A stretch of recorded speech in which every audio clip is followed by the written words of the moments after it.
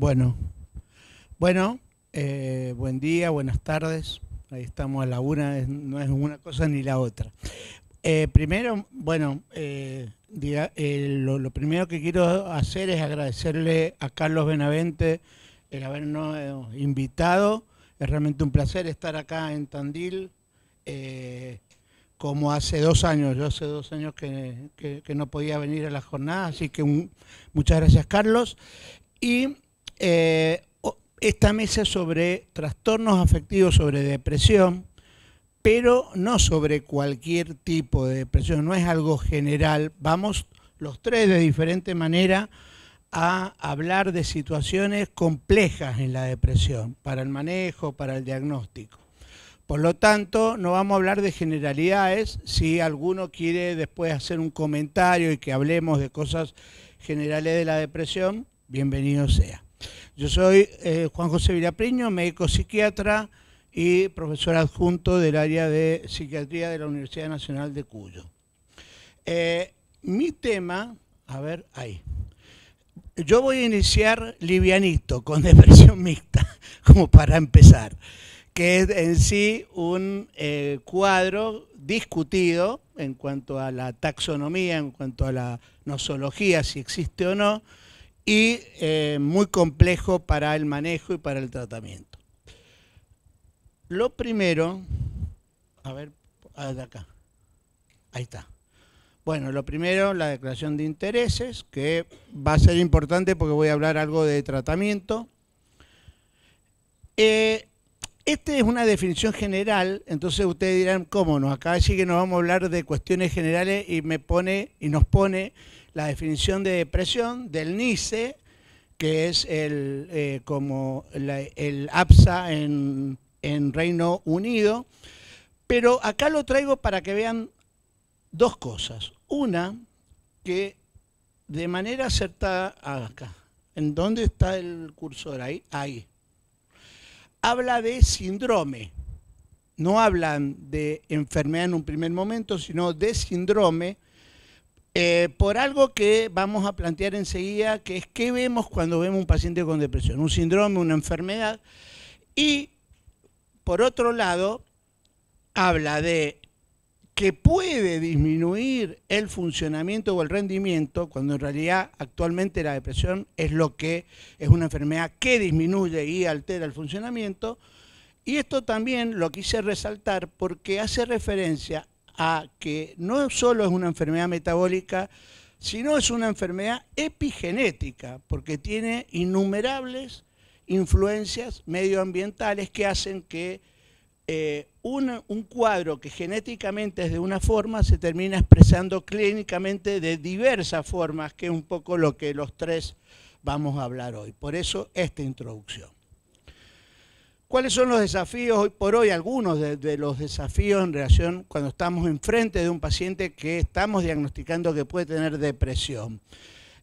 Primero, como dije al final de la anterior diapositiva, se presenta en forma variada, o sea, genotípicamente es una, pero fenotípicamente son muchas depresiones, ¿no?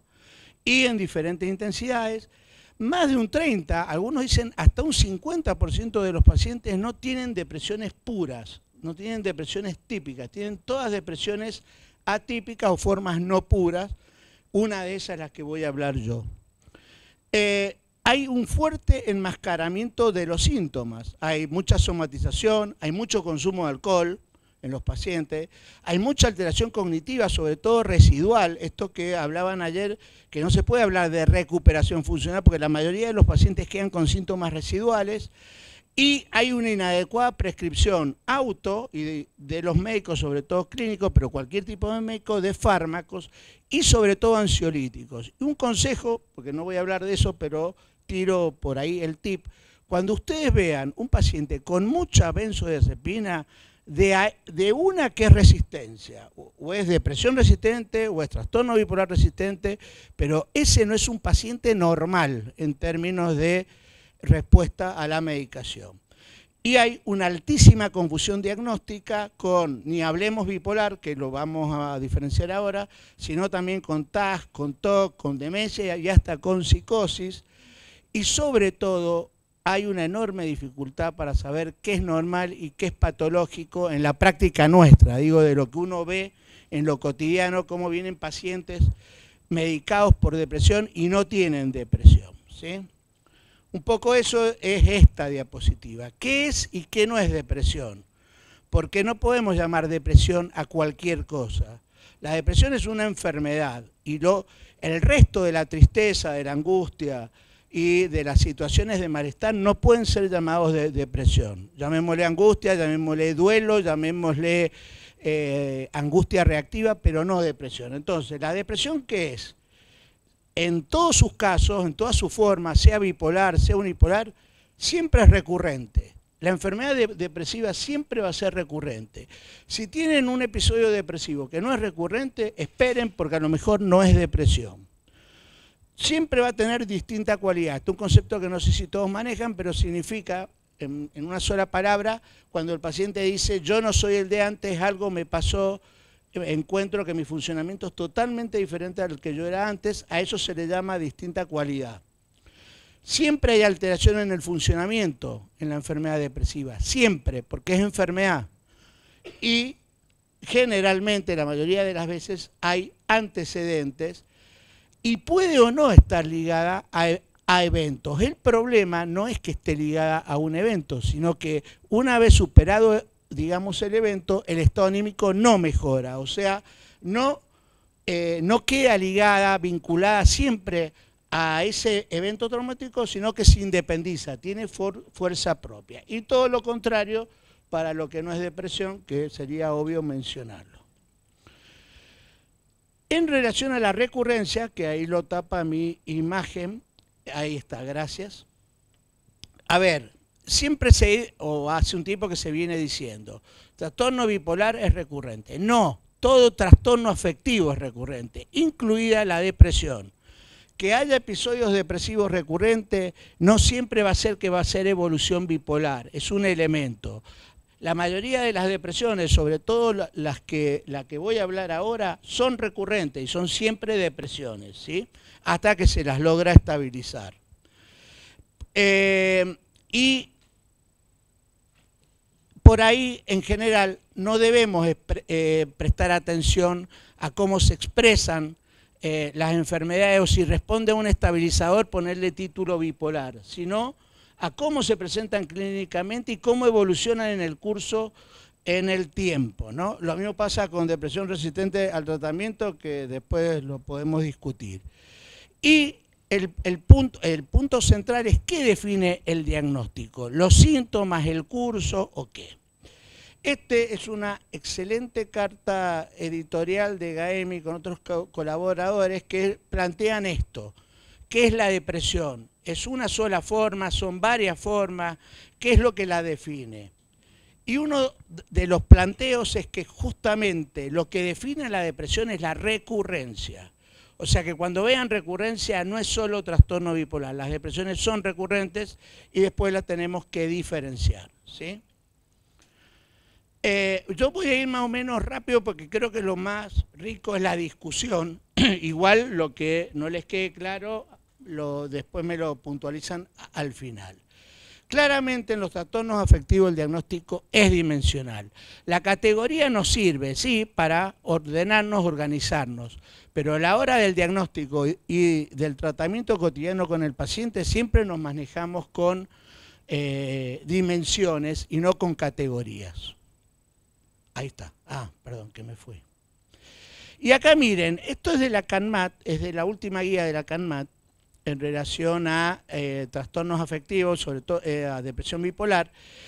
Y acá lo que me pareció interesante para mostrarles es, en amarillo tienen la intensidad de síntomas maníacos, en azul tienen la intensidad de síntomas depresivos. ¿Dónde está la depresión? Más cerca, ¿dónde está la depresión mixta? Más cerca de la depresión pura y más lejos de la hipomanía o de la depresión más mixta bipolar. Esto es para que vean que en todos los consensos hoy por hoy se está haciendo la diferenciación de que pueden haber cuadros mixtos que no sean bipolares, ¿sí? Que sean unipolares.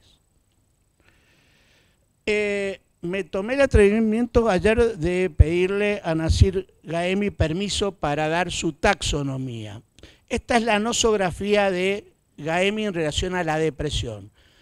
Gaemi plantea, y varios estamos de acuerdo, que las depresiones en un primer momento se deben diferenciar entre bipolar o unipolar, ¿sí? Pero cuando vamos al lugar de depresión no bipolar o unipolar, aparece la depresión pura, que es el trastorno depresivo estándar, digamos, pero aparecen otras formas, que por ahí las tratamos igual y no deben ser tratadas de la misma forma porque no responden de la misma forma. Una claramente es la depresión melancólica, que tiene retardo psicomotor, intensa culpa, gran ideación suicida, alteraciones en el sueño y en el apetito notables, y que la hacen casi como una entidad diferente, casi, ¿no? Es más, algunos plantean eso, que la melancolía debería ser otro tipo de enfermedad, pero que claramente se diagnostica y se trata diferente que el resto de las depresiones. Lo mismo pasa con la neurótica, el neuroticismo, que no tiene que ver con algo psicoanalítico, sino con algo de los clásicos, que ya en el siglo XX, a comienzos del siglo XX y antes ya planteaban esos rasgos neuróticos como rasgos de malestar en la personalidad, donde trepa y se asienta una depresión, y en donde la recuperación funcional va a ser muy diferente que en el caso de la melancólica y de la pura también. Y en donde hay aspectos más de personalidad, pero que hay depresión, ¿sí? Esto es lo que plantea Gaemi en el nuevo libro de psicopatología. Y la última, que es la que voy a hablar yo, es la depresión mixta, ¿sí? Donde aparecen síntomas mixtos, pero el curso es de una depresión y no de un trastorno bipolar. ¿Cuántas veces hemos visto esto? Ustedes contéstenme, ¿no? Inquietud, ir y venir por la habitación, por el consultorio, retorcimiento de mano, es como si estuviera viendo a algunos pacientes cuando lo digo. Extrema dificultad para permanecer sentado. Doctor, dígame que lo que me va a dar me voy a recuperar, por favor, dígame. Y lo has entrevistado desde hace 10 minutos, ¿no? Frotarse frenéticamente el pelo, la piel o la ropa. Explosión de queja, de llanto, tono elevado de voz. ¿Cuántos pacientes tenemos allí, Mariano? El Manuel también, sí, el Manuel tiene esta característica. Y hablar de forma irrefrenable. ¿Qué es eso? Diagnóstico. Obvio. Pero espera que no me sale la diapo. Che, ¿qué pasa? No me pasa. Ahí está. ¿Qué quería? ¿Cuál es el diagnóstico? Acá ya me dijeron mixto. Uno de los, bueno, en realidad hubieron varios que iniciaron el concepto de mixtura en la psiquiatría. Uno de los primeros fue Franco Benassi, que murió en el 2009, creo 2008. Pero que es Cocopoulos, en realidad ha sido el verdadero referente a nivel mundial y el formador de generaciones de psiquiatras, entre ellos Gaemi, pero también Tondo, que planteó de manera muy fuerte de entrada el concepto de depresión mixta. Cocopoulos era un gran psicopatólogo y ahí se nota, porque la depresión mixta es un cuadro bien clínico, ¿no? Que en donde vos no tenés analítica, no tenés resonancia magnética funcional, tenés el paciente y la interpretación de lo que porta el paciente, que es lo que tenemos que hacer nosotros. Y él era sumamente crítico con el DSM-5 antes de morirse, porque él se muere justo cuando lanzan el DSM-5. Sobre todo, es lo que criticaba, que no traigo una diapo sobre eso, por eso se los voy a plantear, que si ustedes, por ejemplo, quieren hacer el diagnóstico de cualquier cuadro mixto por el DSM-5, van a tener una especificidad del 95%, pero una sensibilidad del 5%, porque el DSM-5 saca de los criterios diagnósticos de especificador los 3 síntomas más importantes de la mixtura, que son agitación, fallas en la concentración y irritabilidad, agresividad. El DSM-5 los elimina, por decir que no son específicos, pero se pierde muchísima sensibilidad. Él criticó mucho eso y plantea esto que me pareció importante para mostrárselos. Él empieza a describir a la depresión mixta desde la depresión agitada, que dice que es la forma más dramática de depresión, pero que no es la única, porque aparte este es otro de los errores cuando se habla de depresión mixta. Se cree que depresión mixta es la agitada, y no, hay otras formas de depresión mixta no agitadas, que son las que él describió sobre todo en sus últimas publicaciones antes de morirse. Entonces tenemos las depresiones agitadas, que ya se las nombré: irritabilidad, agitación, taquipsiquia, verborragia, faltas de concentración, muchísima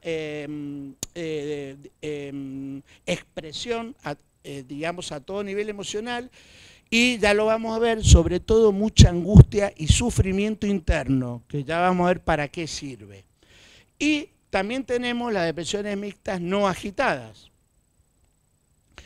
Cerca de la mitad de las formas mixtas que vemos en el consultorio son depresiones unipolares y no bipolares. Esto para tenerlo en cuenta. Cuando vean mixtura, no se casen directamente con el diagnóstico de depresión bipolar, sepan ver algunos de los elementos que yo humildemente a algunos les voy a intentar acercar. Dentro de las depresiones mixtas no agitadas, que describe Cocopoulos, 2 minutos nada más, yo pensé que iba rápido, bueno. Tenemos, fíjense, las mismas que las otras, pero acá está la taquipsiquia como un pensamiento rumiativo rápido, ¿sí? Y no fuga de ideas. Y está también, no hay retardo psicomotor, pero tampoco hay agitación psicomotora. Hay verborragia, hay mucho sufrimiento, mucho llanto, mucha expresión de angustia, ¿no? Y hay mucha reactividad emocional. Por ejemplo, ante situaciones donde se sienten contrariados, explotan, pero no explotan con agitación, explotan con taquipsiquia, ¿sí? Voy a ir más rápido entonces. Bien, es que no me pasa tampoco ahí, a ver, ahí está. Entonces, ¿cuál sería la...? Uno me podría preguntar ahora, bueno, ¿y cómo diferencia una depresión mixta unipolar de una depresión mixta bipolar? ¿Sí? O con evolución bipolar, o que va a ser un cuadro bipolar.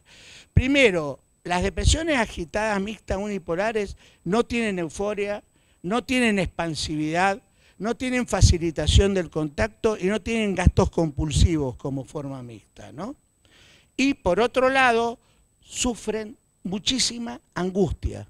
Y eso es un insight permanente, el paciente se los dice, a diferencia del mixto bipolar que sufre mucho malestar, pero eso se los refiere mucho los familiares.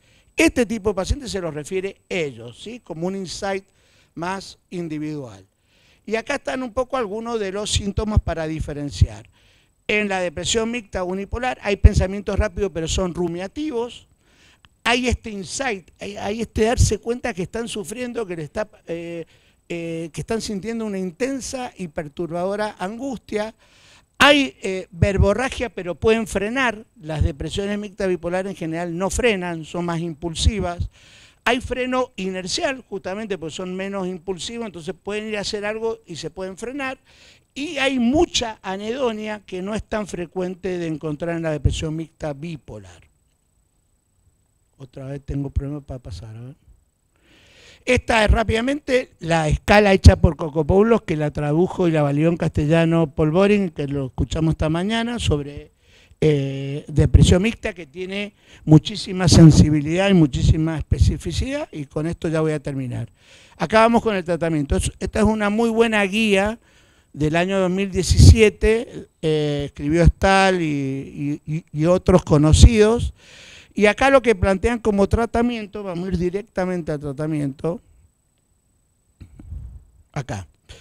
Fíjense, monoterapia, lurasidona, cenapina, acá falta el brexpiprazol, porque en realidad los estudios que corrieron para brexpiprazol en este tipo de cuadros fueron posteriores, pero estaría en la primera línea el brexpiprazol también, la cenapina, la quetiapina XR, el aripiprazol y la ciprasidona.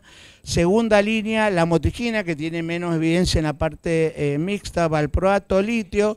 Pero ahora me voy a ir directamente.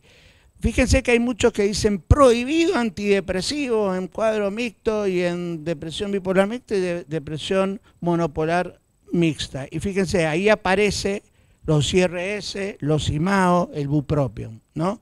Obviamente, tercera línea, porque como lo que planteaba yo con los cuadros mixtos y con la depresión bipolar, acá los tratamientos son secuenciales. Si el paciente tiene síntomas leves, vos no le vas a dar antidepresivo de entrada.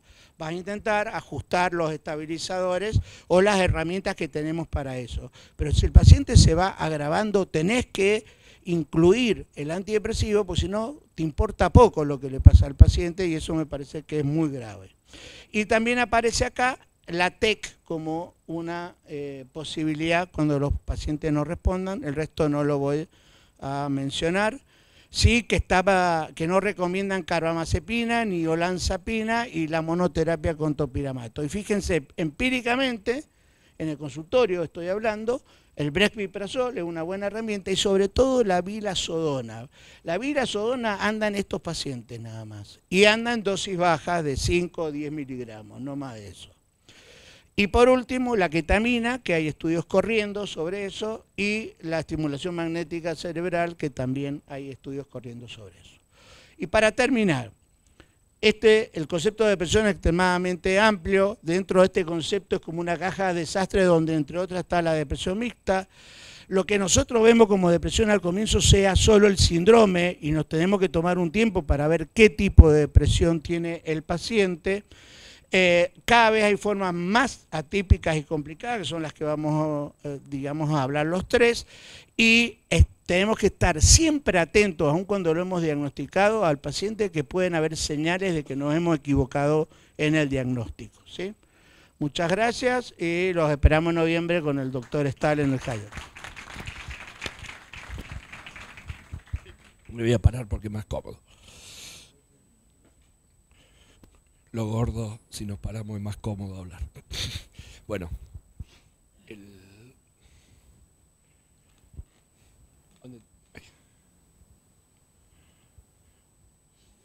sí. Un poco ansioso, pero bueno. No. Vamos con la primera.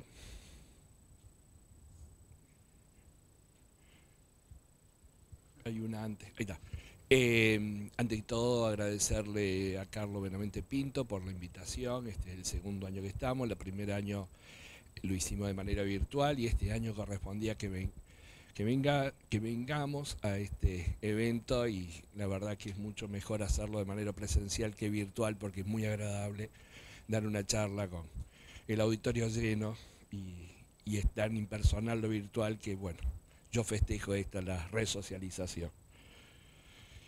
Yo voy a hablar de depresiones resistentes, le puse un nombre de fantasía que se llama El tango se baila de a dos. Cuando hablamos de depresiones resistentes, nosotros habíamos hecho un evento hace poco menos de 20 días en Córdoba y hablábamos de los fallos en los tratamientos. Y cuando nosotros pensamos en los fallos de los tratamientos, un estudio que presentó un colega que fue hecho en junio del 2020, planteaban la posibilidad de 3 pilares a la hora del fallo en los tratamientos, ¿no? El primer fallo es que muchas veces el paciente no quiere recibir un tratamiento y evidentemente después fracasa. Eso no se lo tiene en cuenta, pero muchas veces nosotros lo vemos en la necesidad imperiosa del paciente de no recibir un tratamiento. El segundo fallo es en el diagnóstico. Muchas veces hacemos un diagnóstico errado o no tenemos lo suficientemente datos como para poder pensar en un diagnóstico más certero. El tercero alude a los fallos de los fármacos, porque muchas veces los fármacos no actúan. Ahora, el diagnóstico de depresiones resistentes es un diagnóstico ligado expresamente al fallo en la terapéutica. Por definición, se llaman resistentes, refractarios, intratables, que no responden a los antidepresivos. La depresión resistente necesita al menos 2 tratamientos adecuados en dosis y en tiempos y con una estructura disímil, cada uno de los tratamientos farmacológicos, y que no sean responsivos, evidentemente, ¿no? Esa es la definición. Depresiones resistentes al tratamiento es un concepto de depresiones ligado a la terapéutica, particularmente no adecuadamente responsivo el episodio depresivo mayor. Los factores que influyen, lo primero que tendríamos que hacer, vamos a dejar la primera diapositiva para agilizar el diagnóstico. Tendríamos que son fallas las respuestas a los tratamientos, episodios de depresiones cada vez más graves y prolongados, mejoran breves seguidas de un regreso sintomático de la depresión y alta ansiedad o únicamente un trastorno ansioso. ¿Cuáles son los cuadros que tienen mayor frecuencia o mayor riesgo de presentarse como depresiones resistentes? Personas que hayan tenido un episodio anterior de depresión, personas mayores, mujeres, personas con afecciones médicas subyacentes como dolor crónico, abuso de sustancias y trastornos del sueño, y aquellos con trastorno bipolar o trastorno por estrés postraumático, que por ahí se nos cuela bastante y que nosotros, agilizando el diagnóstico, vamos a tener una mejor terapéutica. Sobre todo porque el tratamiento va a ser MDR u otro tipo de diagnóstico de tratamiento más efectivo que este tipo de tratamiento, ¿no?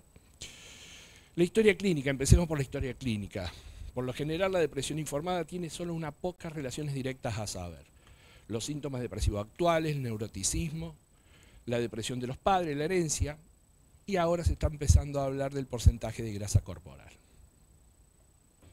Pero deberíamos investigar el estrés de vida, los factores de salud mental, los factores sociales, los descriptores de dolor, los cambios dietéticos, los descriptores metabólicos, los deportes, la actividad física, los antecedentes financieros y su calificación financiera, las enfermedades de los padres y otros factores como la ingesta de alcohol y drogas o tabaco. Este sería el mapa conceptual que nosotros deberíamos investigar. Y en la descripción de este mapa conceptual serían los descriptores de salud mental, los factores sociales, los descriptores de la infancia, la enfermedad de los padres, el estilo de vida y deporte, las dietas y los metabolismos, la presión arterial, los antecedentes financieros y calificaciones, el dolor, el estrés de por vida, las caídas y recaídas y las depresiones anteriores. Hay un estudio donde poniendo todo esto en conjunto se da con una alta frecuencia este esquema, básicamente, que son las variables más conectadas en las depresiones resistentes, ¿no? Las estrategias terapéuticas. La estrategia sería un historial compatible con depresión resistente, a menudo predice una respuesta deficiente de los medicamentos antidepresivos estándar, por lo cual deberíamos ajustar la dosis o hacer tratamientos combinados. La otra es optimizar el modelo de sinergia farmacológica para mejorar el resultado. La sinergia farmacológica tras la administración conjunta de dos moléculas implica que el efecto resultante supera la simple suma de los efectos de los dos fármacos cuando se aplica aisladamente. Eso sería la hipótesis. Ahora vamos a ver por qué los fármacos fracasan a la hora de ser administrados. Los antidepresivos, todos los antidepresivos, incluso la ketamina, que también lo vamos a poner dentro del grupo de los antidepresivos, promueven la plasticidad neuronal del cerebro. ¿Cómo lo hacen? El desarrollo cerebral se produce de una forma sincrónica. No es que se hace linealmente, sino que hay momentos de mayor producción o de mayor interacción neuronal y hay momentos de disminución de la interacción neuronal. Ahora, el que tiene un cuidado especial es el periodo crítico, el desarrollo, y que es más o menos alrededor de los 2 años de vida. A los 2 años de vida, el desarrollo del cerebro es exponencial. Digamos, una neurona se conecta con otra o con 5.000 neuronas. Eso se debe básicamente a un factor esencial, el desarrollo visual. El periodo crítico es el mayor desarrollo de la corteza visual en el ser humano y es paradójicamente el mayor desarrollo neuronal en el ser humano. Ahora, los antidepresivos nuevos actuarían también activando la plasticidad dependiente de la actividad de la corteza visual. Los antidepresivos inducen la plasticidad dependiente de una señalización, digamos, lo más importante es el aumento del BDNF, pero lo hace a través de un dímero que se llama el TrkB o la tiroquinasa B.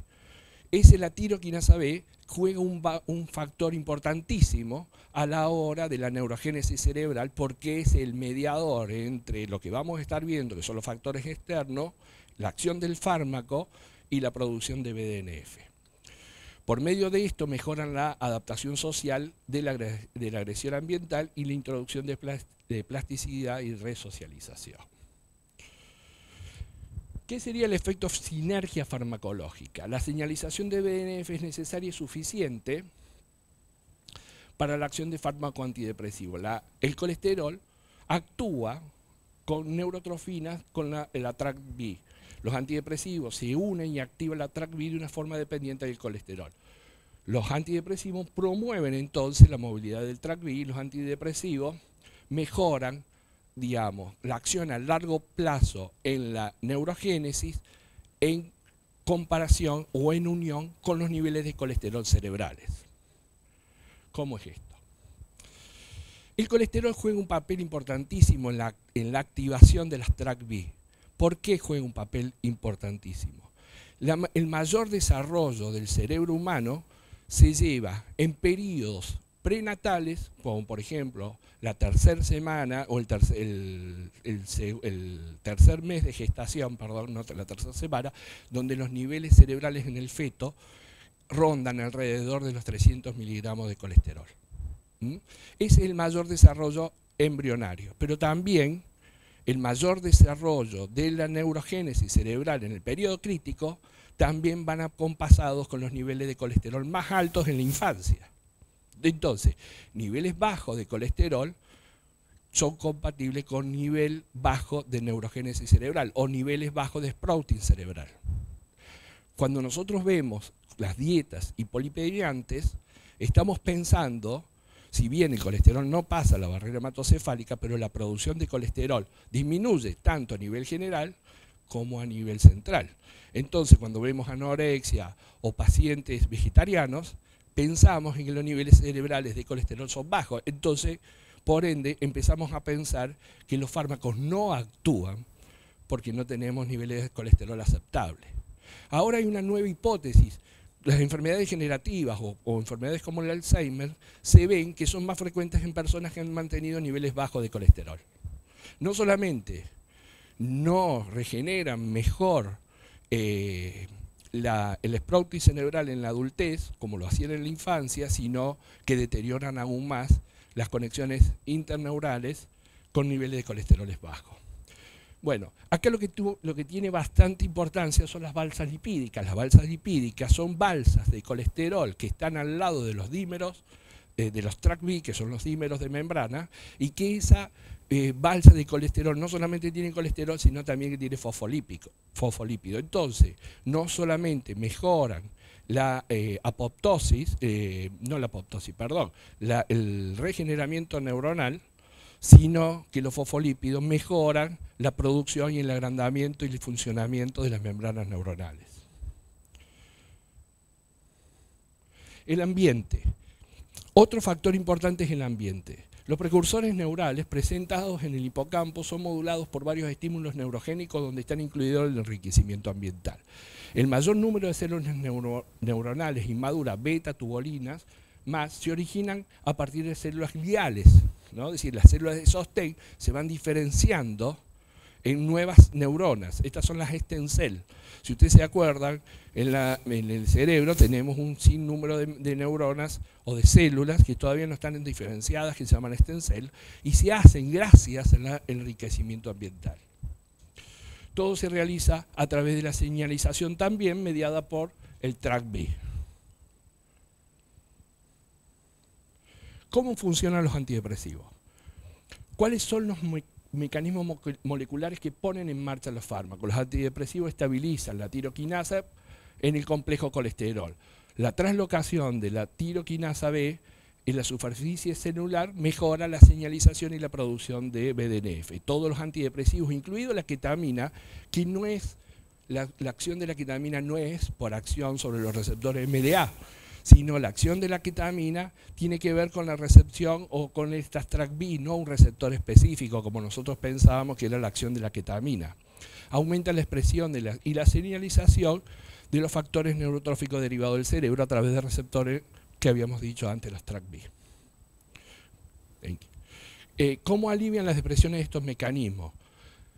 Lo que nosotros buscamos es algo que se llama aiplasticidad. Esto se hace es reactivar los procesos infantiles en la vida adulta. Entonces, se hace a través de la plasticidad juvenil en el cerebro adulto. La activación del TrkB es un mediador crítico en la plasticidad sináptica dependiendo de la actividad de la señalización. Entonces, eso reactiva el estado que habíamos dicho antes, ese estado juvenil. Los receptores en interneuronas de paraalbumina son críticas para esta plasticidad. Esta plasticidad más la terapia, el entrenamiento físico y la luz, tienen esa acción de recableado que es lo que nosotros estamos buscando en el cerebro adulto. Los antidepresivos no funcionan por sí mismos, como lo que estábamos hablando recién. El ejercicio promueve el factor neurotrófico derivado del cerebro a través de la acción de las beta-hidroxibutiratos. Los antidepresivos, para que sean efectivos, deben combinarse con estimulación lumínica, enriquecimiento ambiental y el ejercicio porque aumenta la variabilidad estructural a nivel del sistema nervioso, ofreciendo así mejor sustrato para el recableado. Ambiente adverso, mal en peor, agravamiento. Esto es el complejo que nosotros estábamos viendo, que no sé si tengo acá como para... ¿Cuál es el...?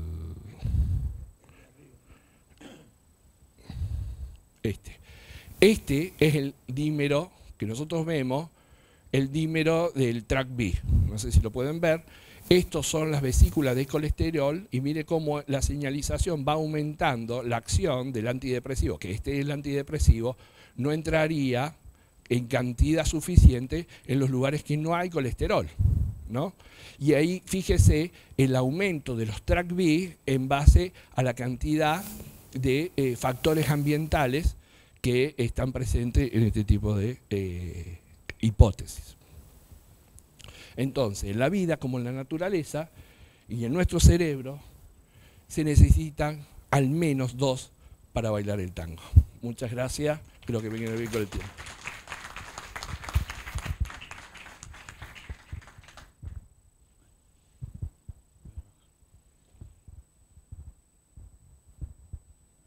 Hola.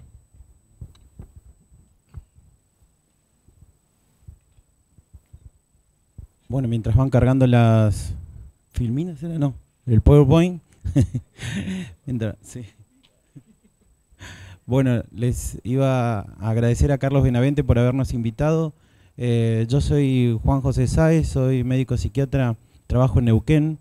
Hemos venido con otros compañeros de Neuquén a las jornadas. Realmente nos han tratado muy bien, la estamos pasando muy bien. Y bueno, lo que les voy a mostrar es algo de lo que yo veo en la clínica en Neuquén, en un hospital general donde nosotros tenemos un internado con guardias interdisciplinarias. Vemos muchos cuadros de depresión, consumo de sustancias y TLP. Y viendo cómo presentaron mis compañeros, ustedes van a ver que hay cierta coincidencia o no en lo que es la clínica. Pero bueno, voy a empezar a mostrarles, ¿no? Anda. Tarda un poco.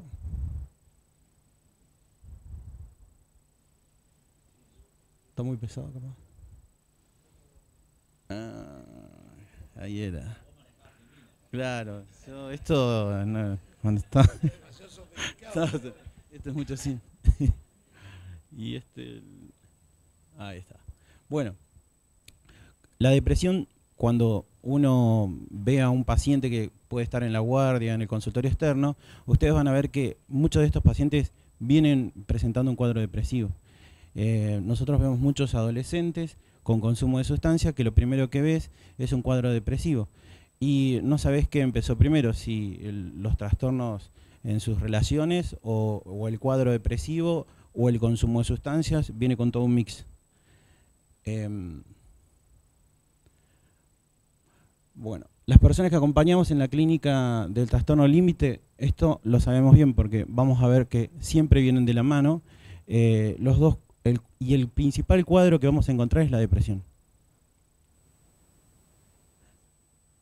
Estos dibujos que ven acá, los encontré en la Organización Mundial de la Salud, son dibujos de pacientes. Esto te da una imagen a veces de cuando uno recibe un paciente, a veces lo recibe y viene con síntomas depresivos, viene con ansiedad, viene con irritabilidad, viene fluctuando. Y cuando uno se encuentra con esto, la verdad que a veces empezás a pensar en muchísimos diagnósticos. El primero es la depresión y después también empezás a pensar, bueno, depresión, bipolaridad. Al principio no se te viene como primer diagnóstico TLP. Y ahí es donde vos empezás a, si ya más o menos estuviste pensando que esto podía ser un cuadro depresivo asociado a una persona con TLP, vas a tener que empezar a pensar en todos estos asociados, ¿no? Trastornos disociativos, estrés postraumático, trastornos alimentarios. Ahora estamos viendo muchos trastornos alimentarios, depresión, trastornos alimentarios en varones. No sé si ustedes acá en la zona, pero en varones estamos viendo también. Antes no era común, veías más que nada trastornos alimentarios en mujeres. Bueno, y el trastorno por uso de sustancias que viene siempre acompañando. La verdad es que la mayoría de los pacientes que nosotros vemos, yo te podría decir 60% más o menos vienen con consumo de alcohol y marihuana, después cocaína y bueno, algunos alucinógenos.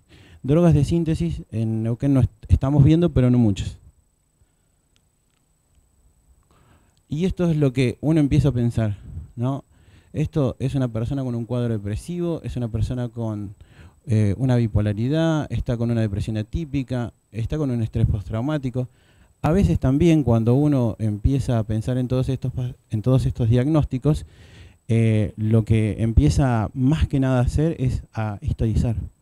Porque en base a la historización yo voy a poder ir pensando en un diagnóstico de certeza. También no me puedo basar solamente en el estado anímico, en la labilidad afectiva, porque esta labilidad afectiva se me presenta en muchos cuadros a la vez. Entonces, por ahí la labilidad afectiva me es una primera guía y después voy sumando otros síntomas. ¿Me explico? Como para que me vaya guiando. Así voy haciendo una separación de diagnósticos. Bueno. A ver, las características tales como la clínica, antecedentes familiares, fenomenología, curso longitudinal, comorbilidades y respuesta al tratamiento psicoterapéutico y psicofarmacológico nos permitirá hacer un diagnóstico diferencial. Pero fundamentalmente es la fenomenología y los antecedentes familiares. ¿Por qué? Porque cuando ustedes entrevistan a este tipo de pacientes van a ver que no emergen de un repollo, normalmente tienen padres que son altamente conflictivos, invalidantes, y eso les va a permitir hacer mayor diagnóstico diferencial. Comúnmente nosotros entrevistamos a primero el paciente, que te llega por guardia, después ingresamos a los familiares y empezamos a historizar con los familiares y cómo se va presentando todo. Bueno, cuando uno encuentra a veces un cuadro depresivo, ustedes van a ver que cuadro depresivo con TLP te da a veces la sensación de que estás ante una persona con un cuadro depresivo, pero que es bastante estable, digamos, y no te impresiona un TLP. No sé si me explico. Esta persona, si vos no la historizás, no te van a mencionar que se autoagreden, que consumen sustancias, que tienen problemas de relación y demás. Entonces, en un primer momento vos decís, esta es una persona con un cuadro depresivo y viene con una distimia quizás arrastrándola hace algunos años, o es un cuadro depresivo solamente momentáneo, pero después, cuando uno continúa haciendo el examen, empieza a encontrarse la inestabilidad.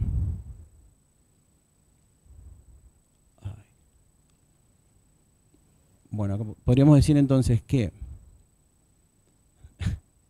no sé, podríamos decir que en el TLP entonces sin depresión hay más estabilidad en lo inestable. ¿Me explico? En cambio, cuando hay una depresión añadida a un TLP, este estado de ánimo deprimido puede tener cierta estabilidad.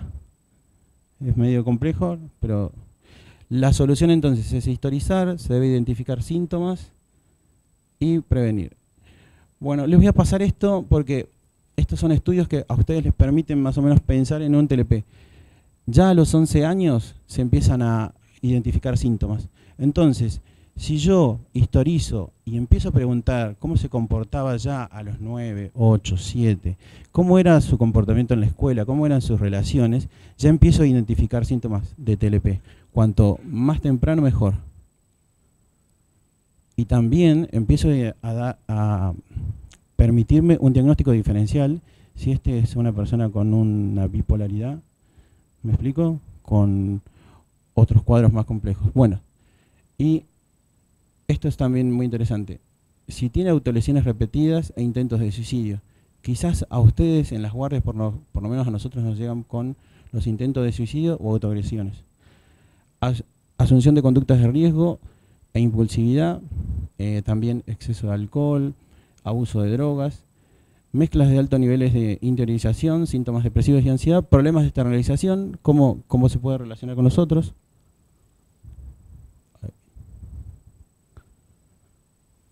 Arrebatos de ira frecuente y comportamiento perturbador.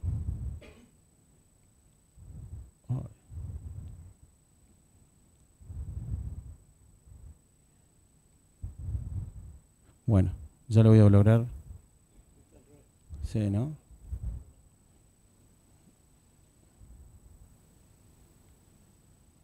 Es como que está, ahí está. Baja, bueno, no voy a tocar el rojo porque es láser. Muy baja autoestima, identidad de inseguridad y falta de objetivos en la vida. Ustedes, lo otro que van a ver que es muy característico en estos chicos o adolescentes es que vos le preguntás si tiene un sueño, si tiene algún proyecto, si en los próximos años piensa hacer algo, y es la nada. No tiene nada organizado, ¿me explico? No tiene una proyección. Esta falta de proyección los llena más de angustia. Y esto, para mí, hace diagnóstico también diferencial. Porque normalmente, cuando tienen otros cuadros, son chicos que venían muy bien en la escuela, que venían con proyectos y demás, y si este proyecto se ve alterado por un cuadro depresivo, me iría a pensar un cuadro depresivo, una bipolaridad. ¿Me explico? ¿5? Bueno, estas son diferencias puntuales. En los adolescentes vamos a ver más autolesiones, intentos de suicidio, ira inapropiada. Y en los adultos, relaciones inestables y miedo al abandono. Esto va a llegarles mucho en el consultorio, con varones o mujeres con consumo de sustancias asociado. ¿Me explico? Normalmente tienen mucho miedo al abandono, se vuelven muy dependientes de alguna pareja que consume también a veces y hacen un combo ahí. Dependencia emocional, consumo, fluctuaciones anímicas marcadas, ¿sí? Bueno, y esto, este es... Los datos epidemiológicos, miren, demuestran que a los 16 años ya hay criterios para diagnosticar un TLP. Son comparables a los de los adultos y el 50% de esta población en algún momento tiene una internación.